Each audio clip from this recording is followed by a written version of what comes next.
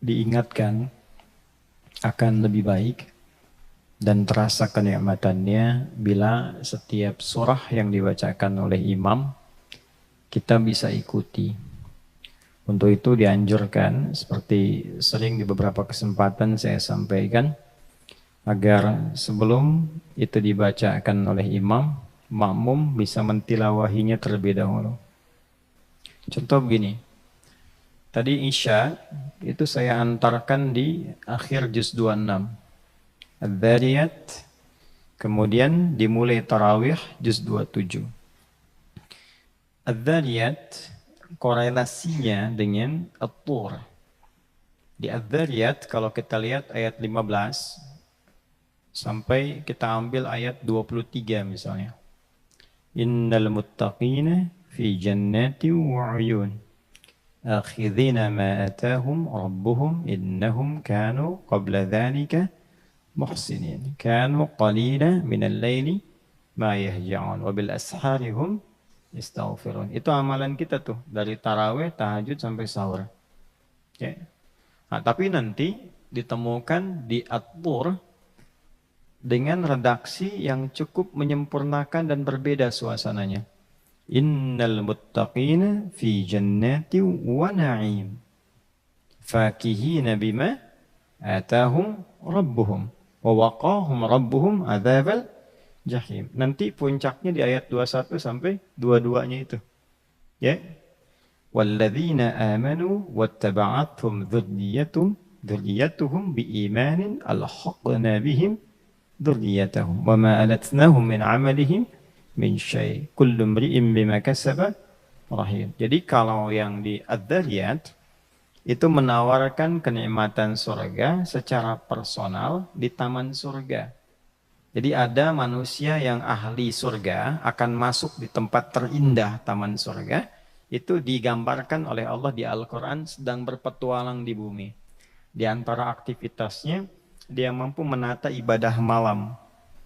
Jadi dari mulai menyedikitkan tidur, dia hidupkan malamnya, ditutup di waktu sahur dengan dia istighfar. Itu amalan sahur selain makan itu diisi dengan istighfar. Nah, kita sedang latihan itu. Kalau sukses kita kerjakan Ramadan dan dibiasakan pasca Ramadan, itu disifati oleh Al-Quran sebagai orang takwa yang sedang berpetualang di bumi. Kalau dipertahankan sampai pulang, sampai meninggal. Bukan pulang itikaf ya, sampai meninggal. Ya. Nah, kalau kita kerjakan dengan berjamaah begini, lantas kita berikan value-nya, nilainya, bimbingannya kepada keluarga untuk sama-sama ikut. Ya. Ini kan ada yang bawa istri, ada yang istri anak tinggal di rumah, nanti kita ibadah dibawa pulang, lalu di-share, terus diikuti. Nah, itulah jawabannya yang ada di At-Tur. Jadi amalan personal yang di-share dengan anggota keluarga itu tidak nanggung oleh Allah, disatukan anggota keluarganya dengan pengamal ini bersamaan ke surga. Ya. Dan itu tawaran. Ya, karena itu kalau bisa kita teruskan, bahasa Qur'annya sederhana. Walladzina amanu, dan orang-orang yang dengan imannya itu dia beramal. Kalau iman disebutkan tanpa amal soleh, artinya sudah konsisten imannya. Jadi, sudah pasti beramal soleh. Jadi nggak perlu lagi disebutkan amal solehnya. Ya, kalau masih latihan disebutkan amal solehnya. Latihan puasa. Ya ayyuhalladzina amanu kutiba alaikumus syiyam. Latihan salat. Alladzina yu'minuna bil ghaib wa yuqimunas shalah. Latihan menepati janji. Ya ayyuhalladzina amanu aufu bil uqud. Latihan Jumatan. Ya ayyuhalladzina amanu idza nudiya lis-salati min yaumil Jumat. Nanti kalau ini sudah menjadi kebiasaan, lancar kita, sudah refleks ibadah, itu tanpa disebutkan amal soleh, tinggal imannya saja. Ya. Nanti kebalikannya dalam pekerjaan, iman disebutkan, halal dibuang. Ya ayyuhalladzina amanu kulu min thayyibati ma razaqnakum. Kalau belum ada iman, masih disebutkan halal ya. Ya ayyuhan nasu kulu mimma fil ardi halalan thayyiban. Kenapa enggak disebutkan halal ya? Karena kalau sudah ada iman, imannya otomatis membimbing pada yang halal. Nah, ayat ini mengatakan kalau suami, anak, ayah atau istri sudah beriman, itu imannya akan otomatis mendorong kepada amal soleh. Karena itu nggak perlu disebutkan lagi.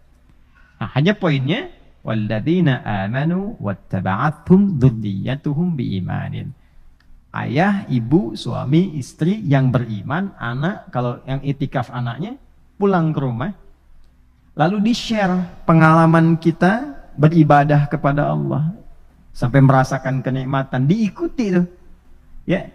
Maka apa yang direspon oleh Allah? Alhaqna bihim dzurriyyatahum.